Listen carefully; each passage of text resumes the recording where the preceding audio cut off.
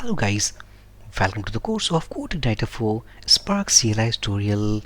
So before taking this course, we need to know what we learn inside this whole course. If I back to slide, so first thing first, what is CodeIgniter? So CodeIgniter is a PHP framework which works on the architecture of MVC pattern.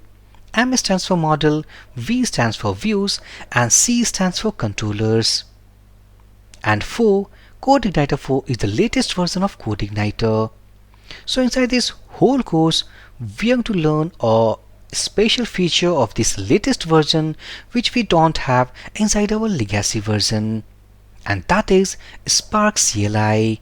So Spark CLI is a command line interface tool for CodeIgniter 4 application, and by the help of that we can easily manage our CodeIgniter 4 application.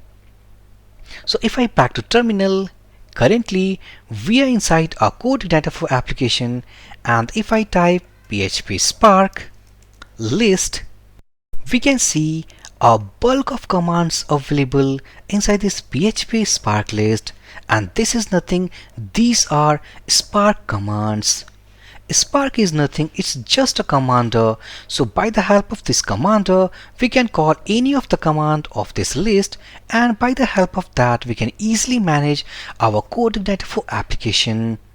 So inside this whole course, you are going to learn about the complete depth of each of the available command. Even after this course, also if you want to create your own Spark commands, so after taking this course, after learning into complete, you also learn that how to operate with these commands, even how to create your own custom Spark commands. So in a single line, if I explain this course, so you are going to learn to the depth of using Spark CLI commands, and Spark CLI commands are the new or the latest feature of CodeIgniter 4 which actually not available inside our legacy version. So what are Spark commands, how to use inside application, and by the help of those commands how actually we can manage our application, all we are going to learn inside this whole course. Even if you know about the use of Spark commands and you don't know about the file structure and the folder structure, so inside this whole course, after learning it step by step, so apart from Spark commands, also you are going to learn about the basic structure of CodeIgniter framework as well. So I hope we will meet in the next sessions with a good smile. So for this video session guys, thank you for watching and have a great day.